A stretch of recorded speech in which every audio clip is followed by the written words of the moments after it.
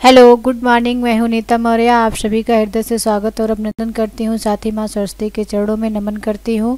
प्रश्न सीरीज को आगे बढ़ाते हुए अब हम बात करेंगे प्रश्न संख्या 41 से 50 तक की। तो चलिए देखते हैं। निम्नलिखित में से किसने सामाजिक अनुसंधान की विधि के संदर्भ में स्पष्ट रूप से प्रकृति और समाज के बीच विभेद किया है? तो इसमें 4 ऑप्शन दिए गए हैं।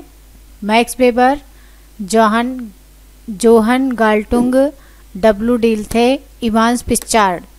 तो इसमें सही ऑप्शन हो जाएगा डब्ल्यू डीलथे। डब्ल्यू डीलथे ने सामाजिक अनुसंधान विधि के संदर्भ में स्पष्ट रूप से प्रकृति और समाज के बीच विभेद किया। डीलथे नवीन आशावादी विचारक हैं। उनका कहना है कि मानव भौतिक व्यवहार से भिन्न है। डीलथे तर्क देते हैं कि समाजशास्त्र अभी भी इस अवस्था में नहीं पहुंचा है कि भौतिक घटनाओं की तरह उनमें स्पष्टता आ जाए। इसी कारण प्रकृति और समाज के बीच विभेद या भेद आवश्यक है।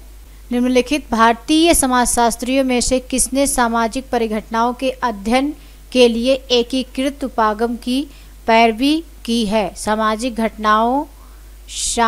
घटनाओं के अध्ययन के लिए एकीकृत उपागम की अगर बात की जाए तो इसमें ऑप्शन सही हो जाएगा।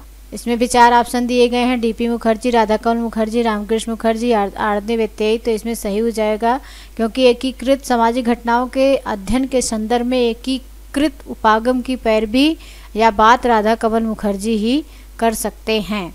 समाजशास्त्र के क्षेत्र में राधाकमल मुखर्जी ने समकालीन अनुशासन पद्धति, सामाजिक मूल्य तथा सामाजिक पारिस्थितिकी संबंधी अपने विशिष्ट विचारों के लिए जाने जाते हैं। वे मानवीय समस्या के अध्ययन में समाकलित उपागम के प्रयोग के समर्थक रहे हैं। अपने अर्थशास्त्र के संस्थागत सिद्धांत में राधाकमल मुखर्जी ने परंपरा और मूल्यों की भूमिका को न केवल स्वीकारा है, अपितु यह बतलाया है कि किस प्रकार आर्थिक सिद्धांत भौतिक और मनोवैज्ञानिक सिद्धांतों पर आधारित हैं। तो अब हम नेक्स्ट क्वेश्चन पे चलते हैं। अनुसंधान अभिकल्प या रिसर्च डिजाइन क्या है? शोध करने की एक विधि जो सिद्धांत पर आधारित नहीं है, परिणात्मक या गुणात्मक विधियों के प्रयोग के बीच विकल्प। और अगला है शोध निष्कर्षों के प्रस्तुतिकरण की शैली, आंकड़ा संकलन और विश्लेषण की रूपरेखा। तो अनुसंधान अभिकल्प या रिसर्च डिजाइन आंकड़ा संकलन और विश्लेषण की रूपरेखा है। अब नेक्स्ट क्वेश्चन पे चलते हैं। सहभागी और असहभागी अवलोकन का संप्रत्यात्मक प्रारूप सामाजिक अनुसंधान में किसके द्वारा प्रारंभ किया गया था? तो इसमें भी 4 ऑप्शन दिए गए हैं। Edward Lindman, Nels Anderson, W.F. White, Paul Cress. तो इसमें सही ऑप्शन हो जाएगा एडवर्ड लिंडमैन। सही ऑप्शन हो जाएगा। सहभागी और असहभागी अवलोकन का संप्रत्यात्मक प्रारूप सामाजिक अनुसंधान में एडवर्ड लिंड महोदय ने अपनी पुस्तक सोशल डिस्कवरी में प्रारंभ किया। उनके अनुसार सहभागी अवलोकन अनियंत्रित अवलोकन का वह उप प्रकार है जिसके अंतर्गत अवलोकनकर्ता को अवलोकित समूह का एक अभिन्न अंग बनकर उसकी विभिन्न क्रियाओं तथा घटनाओं का अध्ययन करना पड़ता है।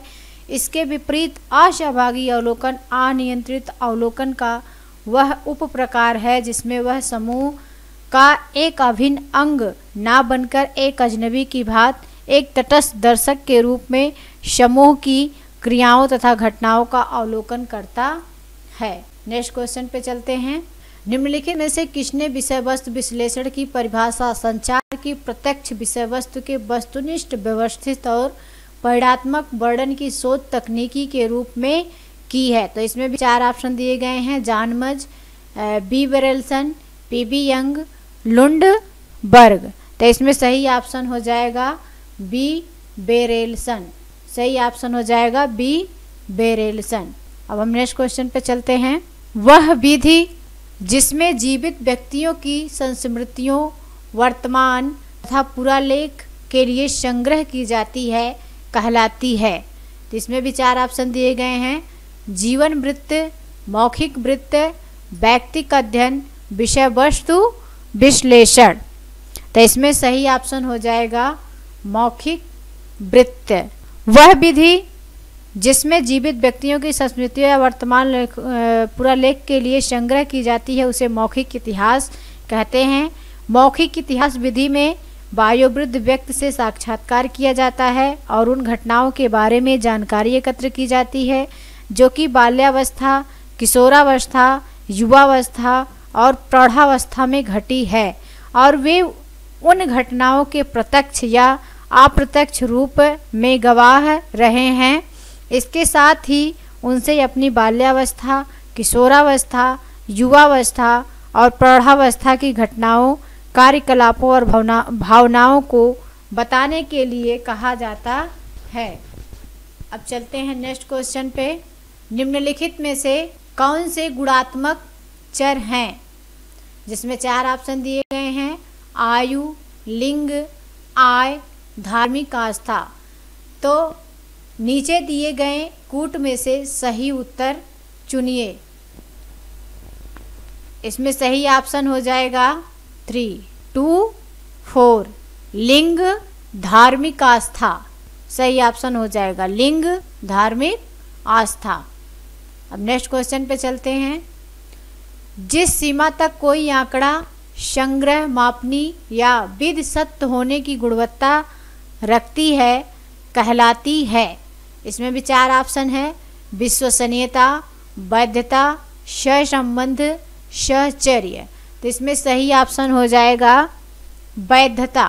वैधता इसमें सही ऑप्शन हो जाएगा। करलिंगर महोदय ने समान प्रश्न द्वारा व्यक्त वैधता की परिभाषा में यह कहा है कि क्या हम वह मापन कर रहे हैं जिसे हम यह सोचते हैं कि हम मापन कर रहे हैं। इस प्रश्न में इस बात पर बल दिया गया है कि क्या मापा जा रहा है। अब हम अगले क्वेश्चन पे चलेंगे। निम्नलिखित में से कौन सा 2 चरों के बीच संबंध का सार्थकता स्तर मापने का एक परीक्षण है? तो इसमें भी 4 ऑप्शन दिए गए हैं, सहसंबंध गुणांक, प्रसारण, यूल का टी परीक्षण। तो इसमें सही ऑप्शन हो जाएगा 4, टी परीक्षण। अब हम अपने लास्ट क्वेश्चन पे चलते हैं। जब सारणी के दोनों छोर हो तो उस वितरण से केंद्रीय प्रवृत्ति की किस माप की गणना की जा सकती है? तो इसमें भी 4 ऑप्शन है, माध्य, मध्यिका और बहुलक, मध्यिका और माध्य, माध्य और बहुलक। तो इसमें सही ऑप्शन हो जाएगा माध्यिका और माध्य। वस्तुतः एक माध्य संपूर्ण श्रेणी का प्रतिनिधि होता है, इसलिए इसका मूल्य अधिकतम तथा न्यूनतम मूल्यों के बीच में होता है। समानतः यह वितरण के केंद्र में होता है, जबकि बहुलक क्रमबद्ध मात्रा में वह मूल्य है जिसकी सबसे अधिक आवृत्तियां होती हैं। आशा करती हूँ आप सभी को मेरा यह वीडियो बहुत पसंद आया होगा। तो अगर मेरा वीडियो आप सभी को पसंद आ रहे हैं तो उसे लाइक कीजिए, शेयर कीजिए और सब्सक्राइब कीजिए। दोस्तों में अधिक से अधिक शेयर कीजिए। तब तक के लिए बहुत बहुत धन्यवाद।